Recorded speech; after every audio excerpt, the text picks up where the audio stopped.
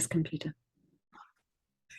Hello, my darling hearts. It's GAPS coach Emma here, and today I'm joined with the beautiful Jeannie DeAngelis from New York. Hi, Jeannie. Hi. I've met Jeannie on Instagram because she's got a fabulous Instagram account, which I encourage you all to go and follow right now, which is called Low Ox Grandma. And Jeannie has been spending all her time, not all her time, obviously, but a lot of time raising awareness about oxalates in a fabulously entertaining, also sometimes quite scary way when you hear about all the terrible ways that oxalate can affect us. But Jeannie, I'm so happy you're here. I think we're going to have a laugh. Yeah, I really I enjoy think your so posts. too. I really enjoy your posts, and yeah, you're very amusing. In the darkness of all the horrible oxalate toxicity, you actually lighten the load for me anyway. So Jeannie has suffered with lots of diagnosis over her life, and I was wondering, Jeannie, if you would mind sharing with the people a little bit about your story and how you got to where you're at right now. Well, it's been pretty much a 3 or 4 decade journey Wow. of being really ill, going from thing to thing to thing, and not really understanding why, and not really being able to get well. And so, in my 40s, I started having extremely bad diverticular attacks. I ended up in the hospital, and I ended up having to have a bowel resection because I was infected and the infection wouldn't go away. It went into C. diff. The C. diff wouldn't go away. So that's Clostridium difficile for people who don't know. And when Yeah. you say a section, does that mean they took some of your bowel out? They took out the part that had all the diverticulitis in it. Wow. Yes.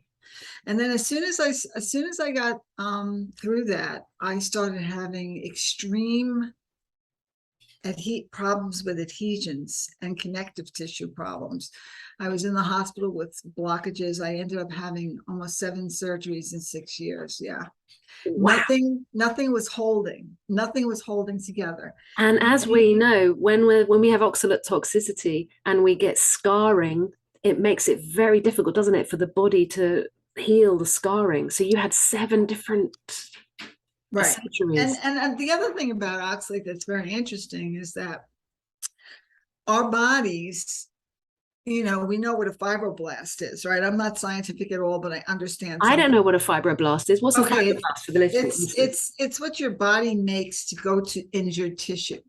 So if you hurt yourself, you're gonna have like fibrinogen in your blood, which is a fibrous. We can go there, right? And it goes there, and it tries to heal. Is that So what scar tissue is made of then? yes, it's made of fibrous tissue. So you end up having problems with too much, fibrous tissue, fibrinogen, Because it goes tight, fibrosis, doesn't it? fibrosis. So, you come to find out later and you understand oxalate a little bit. And I'm not scientific at all. I'm very, what I've gone through, share my experience. But it kind of sands through your body like sandpaper, right? So it's sanding through everything. It's sanding through your vascular system. It's sanding through everything. So I was going through all these surgeries, and my fibrinogen level was really high because, unbeknownst to myself, all my inside was being constantly injured from the oxalate toxicity. Right. So anytime I would have a surgery, I wouldn't have a normal amount of fibrinogen in my blood. I have an exorbitant amount of fibrinogen in my blood. So I'd have, horrible blockages where I'd have to go into the hospital, terrible pain. I don't wish that on anybody, where they would operate on me. But I would get out of the surgery. I was so anxious because as soon as I would get out, I would know that it was going to come back. Right. You knew they hadn't fixed it. You knew they hadn't got to the core of the problem. It was just like, oh my God, is this just this reoccurring cycle of endless surgeries? Is this my life? God. Right. And at one point, it's almost like too much to even talk about. It's like at one point I had ended up with an incisional hernia, inguinal hernia, and all my intestines fell out. Wow. And adhered together and adhered to my abdominal wall. So they had to go in and put a big piece of mesh in me. Well, between the oxalates and the mesh, I was having blockages like crazy. I was circling the drain. I know that sounds dramatic, No, but but you were on your way out. You were like, I, I'm finished. I'm not going. I'm I'm not coming out of this live. nobody can really survive something like that, and then you mix in with it all of the sensitivities to drugs. They try to give me, let's say, a drug to calm me down because I was like,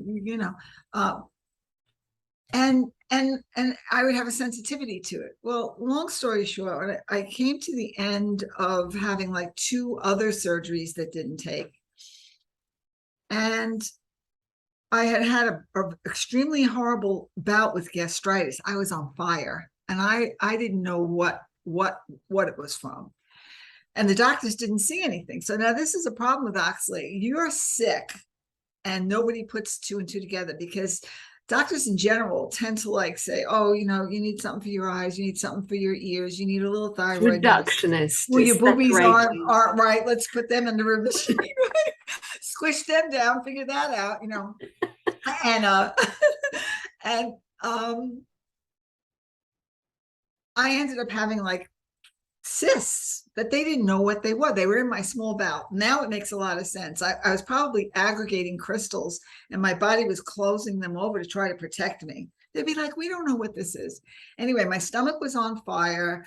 I had The following year, I ended up with what's called vulvodynia. Do you know what that is? It's when you have very dry, itchy, ouchy downstairs ladies' bits. You can't have sex. It hurts. You're itchy. It's hurting. It's painful. Is that it? Vulvodynia? How else Yeah, do we it's just on describe it? fire. So it actually was like gastritis of the bottom Vagina. of your Wow. vagina. It had the same burn to it. Okay. In fact, I had surgery, and they found the same cyst that they found in my intestines in there, That's a which message. it is. But I didn't get it yet. I was like, oh. Anyway, when my mom was alive, she had vulvodynia. She had breast cancer twice. She had vulvodynia, and she ended up with pulmonary. That's how she passed. She had pulmonary fibrosis. That's Well, when I was on fire like that, I would just lay on the couch with ice pack between my legs, crying like, God, please oh, just kill me. darling. Because I had been through all that other stuff, and I didn't know what was happening with my body. And I remembered that when my mom had vulvodynia, maybe like 20 years ago or so, I had done some research to try to help her, because she would call me up and she'd go, somebody gotta help me, please, I'm on fire. So Oh, so I went back and I researched it again. See, and I saw that what they recommended was a low oxalate diet. Now, I had been piling on the oxalates because of all the other problems I was having. I thought if I ate beets like apples and went into Whole Foods and bought big packages of Swiss chard, that's all I was eating. And I was so proud of myself. And then I also figured out that, maybe the dairy was bothering me. So I wasn't taking in any calcium, and I was eating all this high oxalate food. Okay. So just like almost on a whim, I just decided that I would try to pull back on the high oxalate food. I had incidents with vertigo. It was like everything was just coming to critical mass, and I pulled back on the high oxalate food. I didn't know what I was doing. I didn't know anything about it. And as each day passed, the burning and the vulvodynia was turned to, it was almost like a flame on a stove that was so high. And it was almost like every day it went a little bit down, a little bit down, a little bit down, until the burning subsided. wow. So So now, can I just I want to just alert people to the fact that did you do your research about the vulvodynia and found out from the, is it the the Vulvodynia Foundation. foundation, the Yeah. Vulvodynia Foundation? Um, because I looked up the Vulvodynia Society or something. I can't remember. I got Okay. the word wrong, and this website popped up, funded by the NHS in the UK, I think, funded by the so-called healthcare givers in the UK, which was similar, talking about vulvodynia, but not even mentioning low ox diet. So you've got to be really careful when you're researching it, people. You need to look up the Vulvodynia Foundation in America, because if you just put in vulvodynia problems, you're going to get this other website popping up, which is going to do you no good whatsoever. Well, this is exactly what I'm talking about. It's like I had been through 20 doctors. I would beg them, please find out what's wrong with me. And my anxiety level was so high. I just kept going back and forth into the hospital. I was in horrible pain. They had to take the mesh out of my belly because it was covered over with scar tissue. I Yeah. mean, it's a nightmare. The story is really a nightmare, and I don't want to go into every detail. I No, want to no, talk because about the I fact mean, that look at you now. Look at you now. Look how shiny you are. Look how rosy cheeked and clear skinned. And I mean, tell the people how old you are. I'm 68 years old. Do you know what I'm saying? Look at you. You look like a babe. You look Well, like a babe. And considering all of that torture you went through. yes, God, and I give the credit to God because I couldn't even pray for help, and it's just like it landed in my lap, and I realize now that my experience, I kind of like feel like it was worth it in a way because from my head to my toes, my eyes were affected by oxalate, my ears were affected by oxalate. I had huge cysts in my breast. I had one so large on one breast that you could see it through my shirt. Okay. I couldn't move my hands. I had constant inflammation. I had all of these issues with connective tissue. I had intractable UTIs for like 20 years. They wouldn't go Did away. that mean incontinence as well? I had incontinence. In fact, I ended up going in having a sling put in that I had to have taken out. Um, So, guys, and everyone needs to realize what this means. There's everyone getting older, and when you sneeze, a little bit of pee comes out, or when you have a good laugh, a little bit of pee comes out. That's a sign, probably, that you have UTI issues, which means you probably have a bit of oxalate overload. Which really, if you just look at that, take the oxalates out, you're going to get that muscle. Action back in those well, areas yeah, that and you also won't it's end up incontinent if you tackle right. it now. Those little symptoms, tackle it now, and don't end up wearing granny nappies, which is what it frightens me, that idea. But now I know what I know about oxalates. It's like we don't have to Yeah, worry about well, that. it's like when I was really, full on plant-based eating, I prided myself on not eating meat. And in my mid 50s, I was wearing granny pads that you put on them Darling. on, and they were, I mean, it was so bad that I was like, my whole life was just, um, but as I go down everything, the gastritis, stomach problems, and horrific. I mean, I know this is your main, focus. Horrific intestinal problems. Horrific. So as I stayed on this diet, it was like all of the lumps in my breasts went away. My thyroid panel started to improve. The gastritis started to alleviate. The burning was gone. All of my stomach constantly swirling and cramping and cramping and swirling, which when you've had blockages, when you feel any kind of an upset in your belly, it's just more anxiety. Like, what is that? Am I going Yeah, to end yeah. up not? And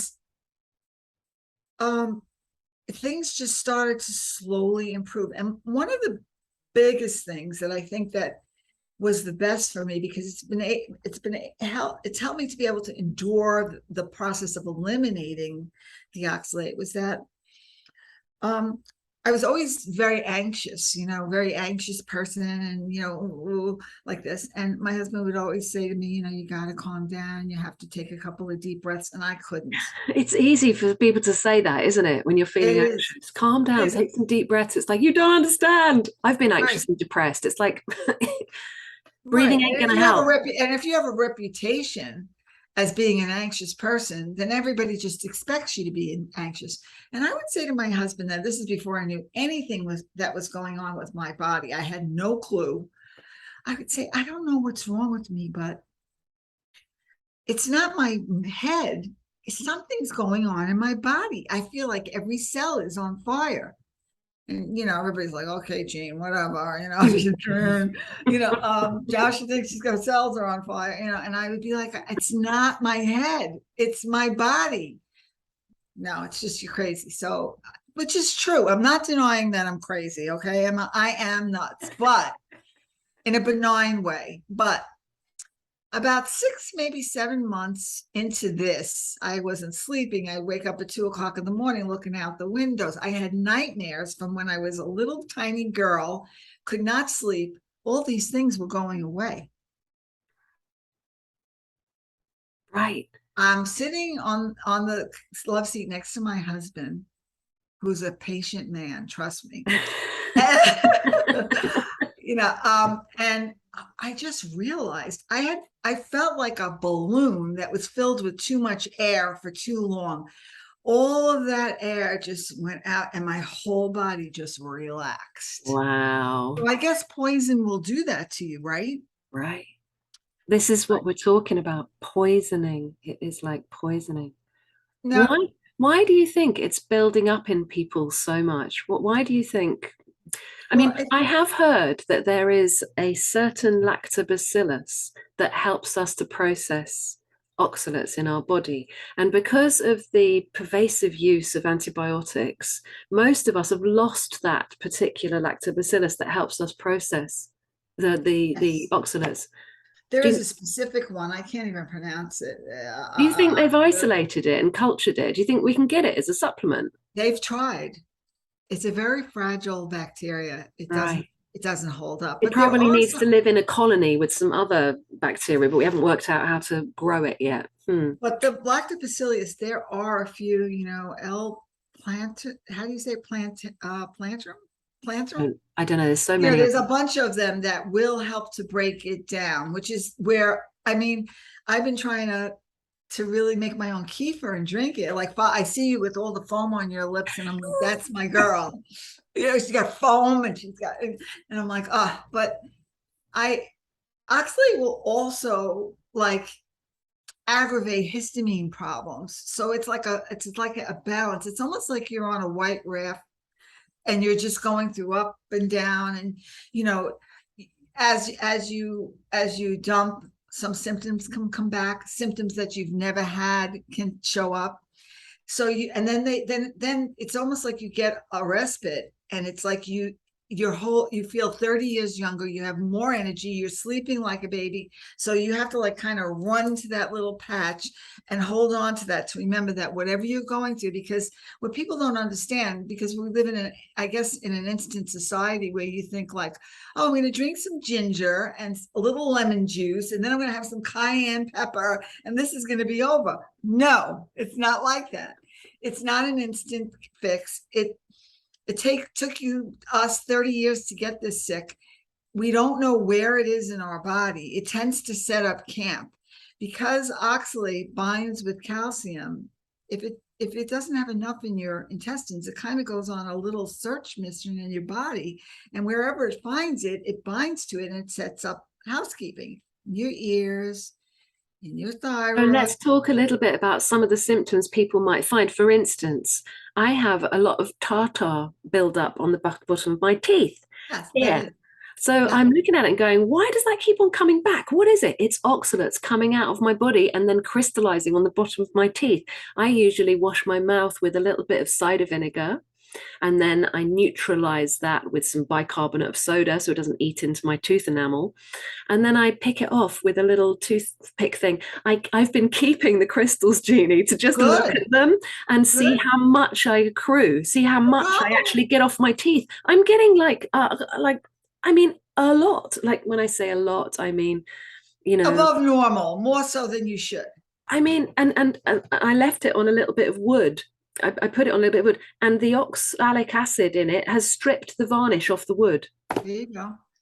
So people what about also you get little white calcium spots on your upper arms, or my daughter had them on her cheeks when she was a little baby. She had these little white calcium spots. That's oxalate toxicity. Milia dots. They're like little dots.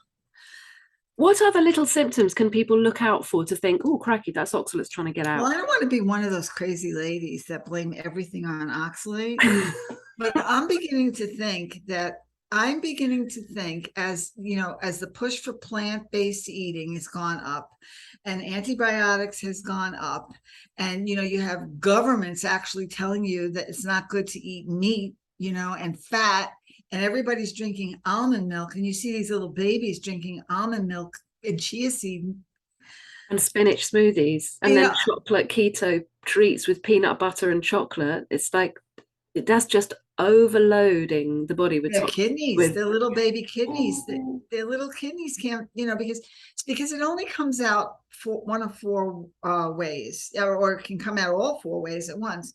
It comes out through your urine, right? It comes out through your stool. That's why it would be good to bind it in your intestines with calcium so that it comes out through your stool and it doesn't so we get. do that on gaps with 24-hour fermented dairy, cultured cream, kefir, yogurt, whey. We do that. We do that on gaps. We'll bring in a lot of cultured dairy, and people often say, "I'm allergic to dairy. I'm intolerant to lactose." But I've had somebody recently come on one of my gaps retreats who had not eaten dairy since the age of 11. And then when we got the dairy ferments going, she was having a little taste and liking this and liking that. And in the end, by the end of the 9 days, she was enjoying all the dairy cultures because they're low lactose, because the bacteria have pre-digested the lactose for you. It's difficult to be lactose intolerant. Something doesn't really have much lactose in it. Then you get the benefit of all the calcium, all the minerals, and all the good fats in that help you to, as you say, clear out the oxalates from your digestive tract, because the oxalates stick to the minerals in the Right. dairy. Beautiful. Also, it can come out through your skin. So That's what a you're third getting way. skin dumping, Skin and dumping. then So it can what come can that out through look like? what? What does that look like? Skin It dumping. can look like, I mean, it can look like white dust on your body. Sometimes it looks like you have little dots, and it's actually, you can see it in the pore. It's Right. actually in the actual pore. You can end up with rashes, like big red itchy rashes. My husband thought he had poison ivy, but he was having a skin dump. Interesting. Okay. And then respiration. And I just wanted to go back, and I don't want to scare anybody, but So my that's the fourth way it can come out, by respiration in your right, lungs. So right. coughing all the time, coughing Well, up. no, what I experienced was, and a couple of my siblings who are actually on too many oxalates, it can cause fibrosis of the lungs, because it's like asbestosis. It's like you're breathing out glass. So Ah, it's not really glass, but it's a glass-like molecule. If you look at oxalic acid, it looks like ground glass. But it's like I had such a revelation, because my mom had vulvodynia.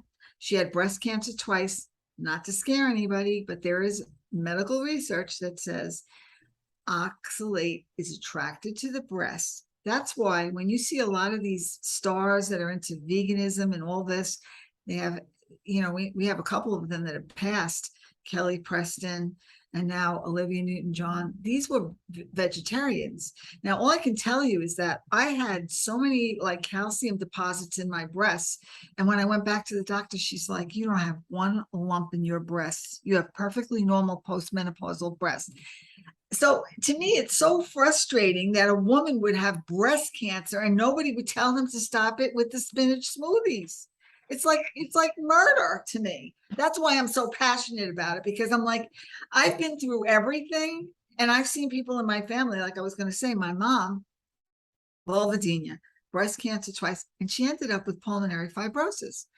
In the end, she would come back. She didn't smoke or anything. She'd say, the doctor doesn't know what's wrong with my lungs. It's almost like they're turning to glass. She said it. They're being toxically poisoned by something, but we don't know what. Nuts, all the Italian food, all the tomatoes, and all the stuff that she was eating, chocolate and everything. We didn't know. Now I know. now we know. Now we know, and there's no excuses, people. Now you've got that little nugget of information. We can all go over to Sally K. Norton's website and get her little, very, very affordable low ox awareness little package. It's like 15 quid. It's $18, something like that. And you get a fabulous little oxalate awareness sheet and give you the breakdown. And then another little sheet that says all the foods that are high oxalate and all the foods that you might have that are low oxalate in their equivalent. It's really fabulous. And you get like a 400-page recipe book saying, here, try these recipes, which are quite similar to GAPS. But, I got to tell you, Emma, I really believe that if you get sick enough, you'll be open to doing whatever you need to do to get better. Pain is a very good motivator, Jeannie. Let's face it. It is. It's like if you're looking at... Still, people are blinded though and blinkered. I just can't work it out. Like, I hear that you went to the everywhere. The nail salon the other day. Tell us what happened at the nail salon. I ambush grocery carts. It's like, what do you got in there? What do you know? It's like, excuse me. I'm like, are you buying all that spinach?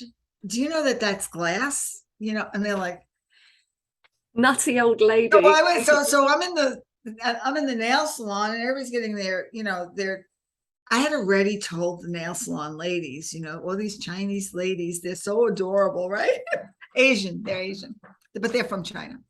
But one of the daughters had an eczema on her skin. So I said, I went out to the car, I got Sally's, handout. I said, let her try this. I mean, what's the problem? You mean you can't get rid of peanut butter and chocolate for 6 months just to see what happens? Hello. Yeah. A couple of months later, she's like, my daughter I have no eczema no more. I'm like, well, so like I'm the hero with those ladies. So now I'm kind of like, it's almost like, an evangelist, an oxalate evangelist. Like I am always looking for the opportunity. Like, don't mention anything to me that I could hook onto and then bring it around to the conversation, right? You do the same thing, I'm sure, with the GAPS diet. I can't help it. At the school gate, a lot of the mothers would, I could see them sort of like going, oh my God, here she comes, and kind of turning away from me going, there's that woman who's always talking about the food as a medicine. She's so, I think I used to inadvertently make them feel bad. I didn't mean to make them feel bad, but my daughter would say, can I go and play? And I go, yeah, sure, you can go and play. I'll go and have a word with the mama. Listen, Billy's on a special way of eating. We don't have any pasta, any pizza, any bread, any crackers, any biscuits, any breakfast cereal, tell them all the things they couldn't have. And then they were like, what's she going to have? What I should have done is said, Billy can eat any kind of meat, any kind of fats, high fat, not vegetable oils, but saturated fat. Billy can have fresh fruits and vegetables. Billy can have dairy, well fermented dairy. I mean, but it was impossible. And eggs, as much eggs as you want, and butter. Fried eggs and bacon. People don't. I try to liken it. I try to use analogies to teach people, right? Like that would be like me getting hit by a bus and then telling people it's fine to play on the highway. I can't not say something. And, everybody's like crippled and their hands are hurting and they're rubbing their thumbs. And the biggie is the UTIs. I haven't had a UTI in 2 years. And I had the sling taken out. Now, so in my 50s, I was wearing these pads that you could sleep a puppy on because I was like, oh my God. So I got one of those slings. They're going to sling me up now, right? And I had to have all the mesh taken out. And I was upset because I didn't have any problem with any of this, incontinence. I have no incontinence. The nerves, first of all, you have to put that together with the connective tissue. When you have connective tissue disorder, everything kind of is like, nothing's really holding up very well. Put that together with your nerves being all irritated and your urethra being all irritated and urinating out glass. Okay. So I'm not saying that, when you're 60 or 70, it's going to be perfect and you're never going to have like a little leak or whatever. I'm not going to say that. But do you need to have puppy, the things you put in the bottom of the puppy cage between your legs? No, you don't need to be like that. No, you do not. Such relief to hear that. I've got to tell you, Jeannie. It's like, I'm a very visual person. I need to see it. Okay. is it worth, is sweet potatoes and broccoli rabe really worth walking around like with grandma diapers on? It's not to me. So Thank you. when did you start the on the low ox? How old were you? When did Okay, you, I just started my third year. you're on your only on your third year. So I you're went through two full 78, years. you're 68, Yeah, and you've only been doing it since you were 65. 66. 66, and you had all of those problems before, the diverticulitis, the pelvic inflammatory disease, um, you had a total This, hysterectomy. I just want to tell you that I had, I also had, I don't know if you know what this is, but do you know what a PANDA is? A Panda. pediatric autoimmune neurological disorder. So I'm on the spectrum, Dr. Natasha talks about that quite a and lot. and I'm a panda. I have, which kind of like goes together as a typical pandas, which all of this I just found out. So I had extremely high fibrinogen levels. I couldn't get rid of my C. diff. I had to have a fecal transplant. Oh, Okay. my husband, good thing I like him. And he had Chinese food the night before. The doctor's like, "What is this?" Uh, but and I had this strep, high strep titers that wouldn't go away, which also contribute to a lot of anxiety, right? You kind of like, children that are pandas, they have extreme separation anxiety. They have all these things. So about a year into it, I said to my doctor, who's kind of like, she's had breast cancer. She wears like a thing on her wrist, and she eats sweet potatoes every day. She had seen me every single day since I'm like 26. Every single week, I would show up in her office like, "Please tell me what's wrong with me. Please, please, please." And she hasn't seen me in 2 years. She's like, "Where are you?" Anyway, I said to her at one point, I said, "Listen, I want you to do a specific test. I want you to test my strep titers, and I want you to test my fibrinogen levels, which were always really high." Like I said before, if I went for surgery, we were all really nervous. They would put me on Celebrex to try to keep the inflammation down. She calls up and she says, "I can't even believe what I'm looking at." She says, "You have perfect, your strep titers are perfect. You have no strep in your body at all." She said, "And your fibrinogen levels are all normal." So because I'm not injuring my body on a regular basis, where my body's got to send these little things out to try to plug every hole, my fibrinogen levels came down, which makes me feel so much more. And I have to also say about Sally, everybody should follow Sally. She saved my life.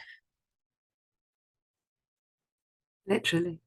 And she's also saved my mind, because when you have that kind of adhesion problem where you don't know whether your intestines are always going to just jam shut and you're going to have a problem.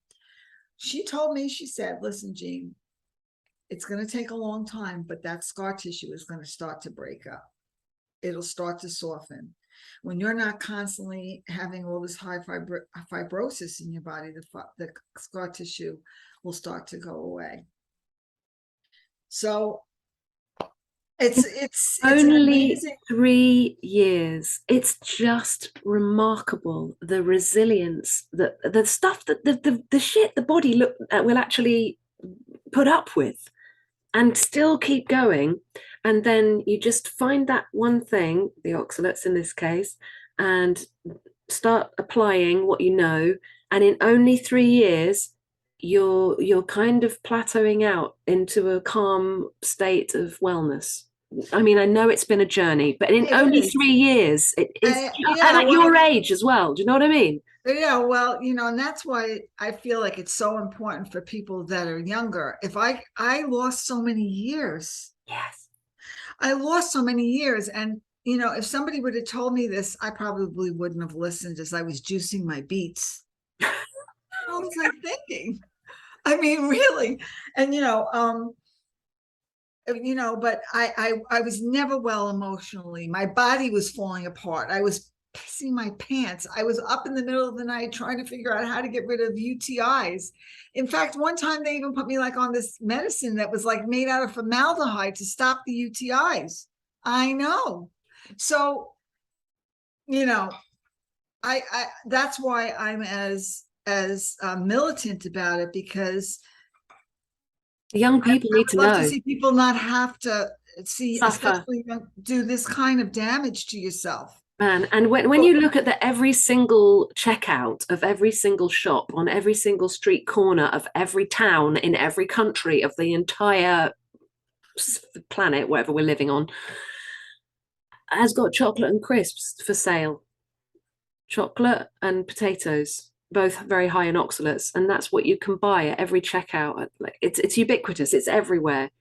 It's really hard to avoid it. It's right there. So the young people are just topping themselves up and getting prepared for a lifetime of all of the things you've just been talking about.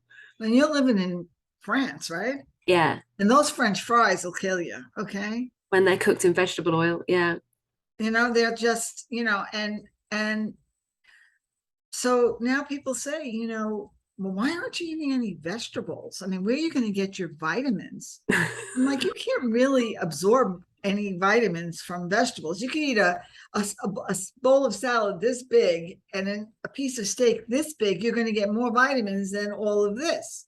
It was almost like my brain woke up or something. It was like, I feel so much better. I mean, there's so many other components to it as far as the B vitamins and all that stuff, and people on the spectrum. Susan Owen's work she's done with, autism, people that have autism, she has the Facebook page called Try Low Oxalates, is it? Right. But she was involved with the Autism Oxalate Project, and she was the one that couldn't find anyone here in the States to test autistic children, to see what their oxalate levels were. So she found some researchers in Germany, I think it was. I hope I got this right. And she asked them to isolate the autistic children from the neurotypicals. And when they tested them, they had oxalate levels that were 3 times higher than neurotypicals. So that adds to it too. But think about it. Oxalate is a neurotoxin. Just, people say, oh, well, I don't have a problem with it. I can eat some of it. Oh, really? You can, I don't have a problem with gasoline. I only have a shot glass a week. I drink it down and I hardly have any, doesn't bother me. I'm fine. What are you saying? You're okay with neurotoxin? I've made a point of introducing it to my Timeless Cookery Club members. So these are the people who pay me a monthly subscription to be their GAPS coach, to teach them how to cook the GAPS style foods, which is lots of meats, lots of fishes, soups, stews, stir fries, all high saturated fat, and fermented dairy, fermented vegetables, eggs, Awesome. It's a lovely way of eating, very nourishing. And what I've now said to them all is, listen, we're doing GAPS, but we're going to do it wearing oxalate goggles. We're going to be wearing our oxalate goggles. That just means I've appointed them all to go and see Sally, and just to get her little breakdown to find out which foods are very high oxalate and which foods you could use as a substitute, and just to use that as a guide, to not be frightened about anything, but just to be aware, to lower the oxalates, to see what happens, but quite a few of them have just gone, oh no, I don't think that's an issue. They're just completely blanking me. And I'm like, I'm trying to help you here. You're paying me to help you. I'm trying to help you here. Right. And the GAPS diet specifically addresses gut issues, right? Yeah. So how can you eat glass and not have a gut issue? I have no gut issues anymore. They're gone. And, I guess to the casual observer, you say, well, if you stop eating nuts and you stop eating spinach, because spinach is what makes you wet your pants and have migraines, and the reason you can't move your neck and your arms and your rotacuff is because you eat peanuts. They're like, no, they can't believe that it's something that simple. Because we're creatures of habit. That it's one thing, not all these other things. Yeah.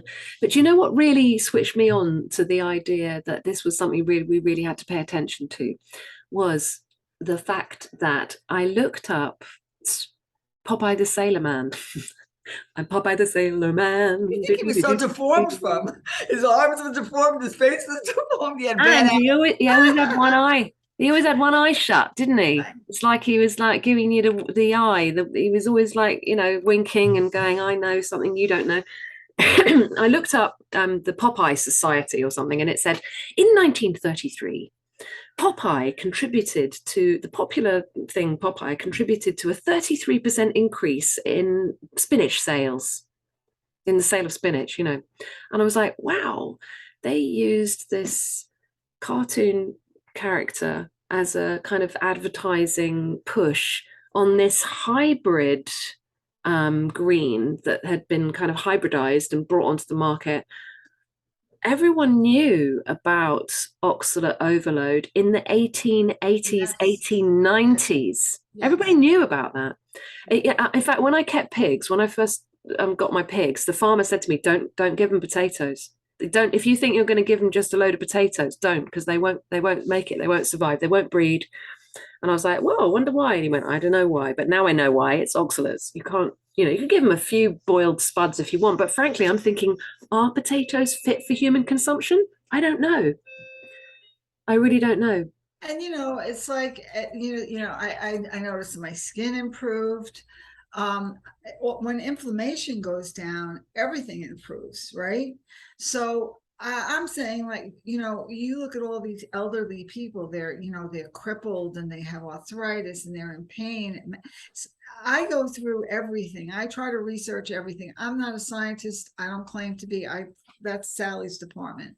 I'm just a human that's been hurt by something really bad. And I want to share that experience with people. It affected me from my head to my toes, my mind, everything. I went through tremendous suffering because of it. To keep quiet would be criminal Criminal. on my part. What was my point? Oh, It what doesn't was matter. I hear what you're saying. It doesn't matter what the point was in the end, but I totally feel you. It is remiss of us to not try and shout about this as a thing that people need to become aware of, and it is going to be a struggle for us to get through to people, because everybody eats crisps and everybody eats French fries and everybody eats chocolate and everybody eats peanut butter. But why have we been told that peanut butter jello sandwiches are a good thing for people to have after to come back from right? school? Or why are there always crisps in everyone's packed lunches at school? Why, I'm going to tell you what's making the biggest impact. It's like the thing that makes the biggest impact was, like, I was so sick for so long, and I was so miserable for so long, and so anxious for so long. There's a change. And the best testimony is a changed life, right? So now it's like, what's with the Jeannie? Like, she looks like a different person. She acts like a different person. That's the best sales program for anything. People that see me in the nail salon, they don't really know me that much, but some of the people say, wow, I remember when you were really sick, you look great, you look great? and I'm Yeah. like, I feel great. Well, what happened? I said, I gave up vegetables. You gave up vegetables? How are So you do getting you do you vegetables? eat any? Do you eat any vegetables, Jeannie? It seems like, everything that Sally tells me, when she tells me things at first, I'm like, oh yeah, okay. And then, like, she's always proven right. I hate that about her. She's so smart. But I remember when she had said, little by little, in the beginning, it's almost like when all the squashes are okay, winter squash and all of that, cabbage, okay, the crucifer vegetables are a little bit more, have less oxalate in them, so some cabbage or maybe some cauliflower, and then all of the greens except for the baby, like Swiss chard and spinach in the salad. So you can have romaine and butter lettuce, but little bit by little, it's become where I say to my husband, you want anything with your steak? And he's like, no, just make me a steak. With some butter, please. I'll have some butter with my steak. Right, we'll have butter, and occasionally we'll have some rice. I make the kefir, like you do, and I put some fruit in that. I put like a low ox fruit, like a half of a frozen banana, and maybe like 5 cherries, and some honey. Give it a bit of That's color. like crack to me. I love it. And, but I have to just kind of like watch how I feel, because my histamines go high. But now we're at the point where we just we eat primarily meat, and we'll have a little tiny bit of maybe a carb, and that little bit of fruit. He doesn't even eat the fruit, because it's like, if your mindset changes from entertainment and you realize that all the stuff that you had on your plate when you were avoiding meat because you had to eat all that other stuff, because that really appeals to us. If this is about eating and nourishment, I don't need beet salad and pasta and all this stuff. I want to feel good. That comes first. So, we eat a lot more meat. I'm not a huge eater. I'm not like Well, when you start eating this way, you realize you hardly need to eat anything. You don't need to eat very much. You just need a little piece of the meat or whatever, and some butter and maybe some bit of fermented dairy. Do you do eggs? I do, but I'm not like a huge egg lover. I'm not an egg lover. I put eggs in my ice cream that I make. Me too. I make a nice ice cream with some raw eggs and honey. But the yolks, only the yolks. Oh, do you? I put the egg whites in as well. Do you think that's not a good thing? No, I think you'll like it better with just the yolks. Take the yolks out and use. So why shouldn't we put the raw I think the egg whites have a high histamine, but I think the yolk, is what gives it that creamy, like delicious. And I use a little honey in there, and I use the fresh cream and a little bit of salt. So do you culture your cream before you make the ice cream? I haven't done that. I've only just so easy, Jeannie, and it's much better for you because all the lactose has come out of it. So I would just put kefir grains right into the cream? No, I wouldn't do it with kefir. I'd do it with a little yogurt maker. I have the Lavelle. Remember I told you? Yeah. So just pour your cream in the yogurt maker, add a little bit of yogurt to start a culture. Right. Maybe you could put a splash of raw milk in there if you want. If it's too thick. Turn it on. This is a cooking class, but do you warm up before you make your yogurt? Do you just put it in the Lavelle, or do you warm it on the stove to 180 degrees? I don't pasteurize my cream before I make my cultured cream. No, I don't. That's nice to know. I don't have to do that whole step, which is kind of like, as a GAPS coach, I'm obliged to tell you that if you're buying pasteurized milk or pasteurized cream, that you have to repasteurize it before you culture it. But me personally, I don't bother. As a GAPS coach, I'm obliged to tell people that you have to repasteurize your pasteurized milk. Yeah. So if I go out to the raw dairy farmer, who, by the way, grows rhubarb and Swiss chard and potatoes, and I have got him like following me down the driveway asking me questions. Really interesting. Well done. Yeah, because I used to grow champion chard, like 8 foot tall chard plants, just beautiful, massive, structurally, all these beautiful colors. This, the bull's blood and the yellow golden. And so stem. Righteous you are eating it, right? Oh my God. I'll grow them for ornamental purposes, but I'm never going to eat them ever again. I'm never going to eat them ever again. People say to me, well, I said, if it was Swiss chard and roofing tile that I had the choice between, okay.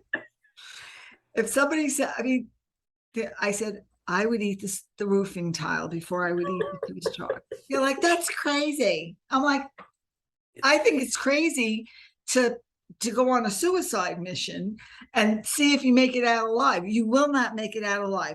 Even if you don't have vitamin B problems, even if you're not MTHFR, even if you're not autistic, oxalate is a cumulative substance in the body. It will build up. When your grandpa goes to the cardiac surgeon to have that stuff scraped out of his, that's what it is. The stuff that's behind your teeth is what gets jammed in here. Okay. So grandpa doesn't have a heart problem. Grandpa has an oxalate problem. When you go get your boobies chopped off, okay, sorry to have to say it like that, prior to doing that, they take all these little biopsies. That in there is not just because you happen to be a woman that has because you're, of a certain ethnicity or whatever. It's because you eat too many oxalates. Okay. Hello? And we can go on through the whole body. And, if you're wetting your pants, it's not because you jumped around in Zumba class too much. It's because you're doing spinach smoothies before you go to Zumba class. And your And it's scar also, tissue from having had your cesarean or having had your 4 pregnancies or whatever, there's scar tissue there that is all full of oxalates and it's not healing properly because your body can't get the stuff out. So, just quickly before we sign off, Jeannie, this is so fascinating and so interesting, and I'm sure it's going to help so many people. I hope But so. talk to us a little bit about this thing they call oxalate dumping. Because once you're Yeah. aware that you're full up of oxalates and that you need to get them out, you take the oxalates out of your diet, which gives your body a chance to go, right, okay, we can get rid of some of these oxalates. Right. Um, I what kind happens of, I and kind how of do you like to handle think them? oh, good. Here's the bad news. You haven't suffered enough. Oh, Anyway, no. Because you're healing. If I have to go in and have a big infection taken out of my leg, it's going to hurt for a while, but I'm going to get better, right?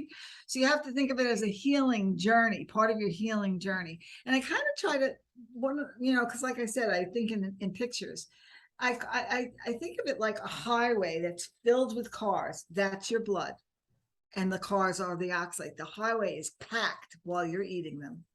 When you stop eating them, that highway clears off. And the side streets where all the waiting cars can now move into the highway and get out. I So like what it. happens is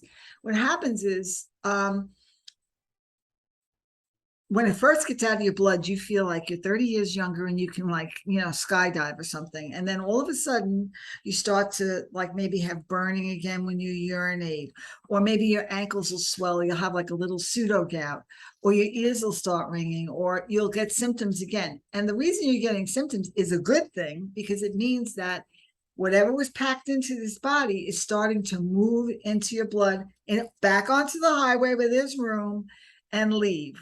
So be excited. What do I do? Besides moan to Sally Norton? You mean besides And that? post on Instagram going, And plus I'm I having said, a dump. I'm Let's go. dying. No, I try to just do everything she tells me to do. And, to I drink lemon juice every day. I use powdered calcium, magnesium, and potassium citrate in my water. I try to monitor, my B vitamins. I don't want to take something that's going to make it worse. And I have to just pray that my husband doesn't divorce me. Oh, Because what happens is it starts with like a bad mood, like a dark mood. Like I kind of feel like a little off, like as far as I can go from being manically high when I'm out of a dump to being like, oh my God, when I'm starting a dump. And then I'll start to notice places like here where I have no pain at all, or my rotator cuff, or even my breasts will start to ache. Okay. And then I have a lot of this, this urinary UroGYN stuff that goes on, I start to wake up in the middle of the night urinating more, and your urine will turn like a cloudy color. That means it's coming out. So you drink a lot of water.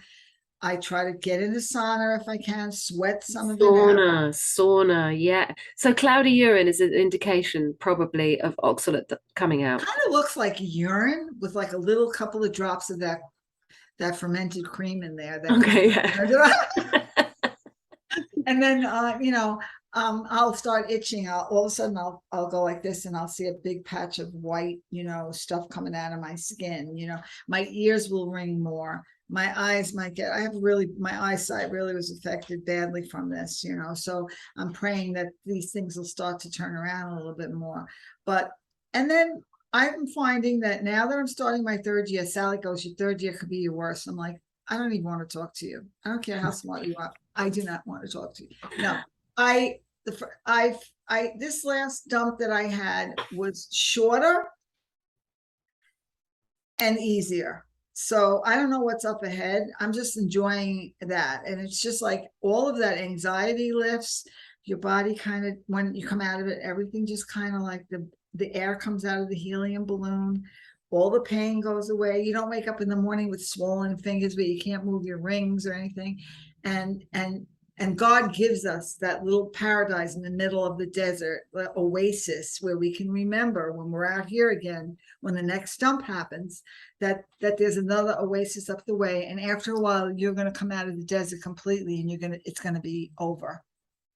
And And that's how how long how long did the last dump last then for you? I had one that lasted like 6 months. It didn't stop. Oh my God. Yeah, it didn't stop. This stuff is nasty. Yeah. It's like a body squatter. It doesn't want to Yeah. leave no matter what. You can't get it off the property, but it will, your body wants it off the property. It might, but it's going to cause issues.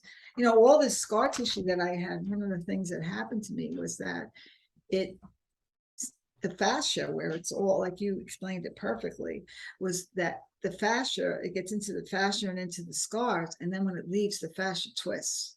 So I'll get twisting in the scar tissue. But when you don't have that intractable anxiety where everything is so, catastrophic thinking and everything that I had prior to this, you kind of can put it into its proper perspective and say, this is a healing journey. And besides that, what's your choice? You're going to get worse? Yeah. You're gonna go down the drain, like you say. You're gonna go down the drain, I or you're wouldn't even gonna be spiral here up and out. today. Right. I wouldn't be here, Emma. We wouldn't know each other. We wouldn't get to talk. I don't think I'd be alive if I had kept it up. Man, you're such an inspiration. Low Ox Grandma. Go and follow her on Instagram now. And thank you so much, And Jeannie. stay away from her and nail salons, okay? They are full of toxins, actually, hair and nail salons. I don't go there. I don't wear any nail polish or anything, but I'll go. This is funny. They open it up early in the morning for me where there's nobody in there so that the doors are open, because I told them I won't come in. And I don't wear anything. I just have them clean up my nails and do a pedicure. And Nice. you're right. You don't go there, do you? No, these are my nails. They're strong. No, I don't do anything with my nails. I don't do anything with my hair. I hardly even wash my hair. I don't want any kind of synthetic products on my body at all. If I can't eat it, I don't put it on my skin. Makes a believer out of you, right? Being sick makes a believer out of you. 100%, as you say, pain, as I was saying, pain is a very good motivator. So anyway, don't let it get that bad, people. Don't let it get that bad that you're so in pain. You're like, what am I going to do? Please help me. Don't let it get that bad. Take these little messages from your body. You've got a few achy joints. Go and check out low ox, diet. You've got if you've got a bit of UTI infections and stuff, so-called infection, maybe it's dumping. Go and look it up. It's really important. Remember the movie Thelma and Louise, where they're in the car, they're just going for the cliff? Yeah. They're just driving towards the cliff. They're holding hands and they're going over the side. That's what it's like being at a vegan smoothie shop. Everybody in there is Thelma and Louise, and they're all heading for the cliff. They're like, stop. Bless them. I know we've got to try and warn them before they totally annihilate themselves. But they're on a mission. They're on a mission, and I really, if anyone says I'm vegan, I just go, okay, that's nice for you. What do we do about governments trying to force this down our throats? That's criminal. Is what I say to people: if the government tells you to do it, do Don't. the opposite. That's right. That's right. No. Recommend. Criminal. It's criminal what they're doing. I just don't know what to say. It's not like they don't know. I don't think. I think they're doing it on purpose to weaken us. That's the only thing I can think. No, you don't want to be too much of a conspiracy theorist, but you have to be able to analyze what you're seeing. Feeding children crickets. It's criminal. Sorry. And the kids are going, oh, this tastes good. It tastes like ranch. Can you imagine? Give the kid a piece of steak, for God's sake. Exactly. Anyway. Mila, I love you. You're a doll, and you're a precious person, and you're so funny and beautiful. I really appreciate it. Just want to say that. Thank you so much. You're so kind. And Jeannie, I really appreciate you too. And I'm really hoping people are coming swarming to follow you on Instagram and spread the word about oxalate toxicity. And thanks for the laughs, and well done for being such a trooper. And you look amazing. You look just amazing. However long that lasts. Congratulations to you for grabbing the bull by the horns and just, embracing life. Fine. God bless you, sweetheart. Okay. Bye-bye, darling. Bye, darling. There I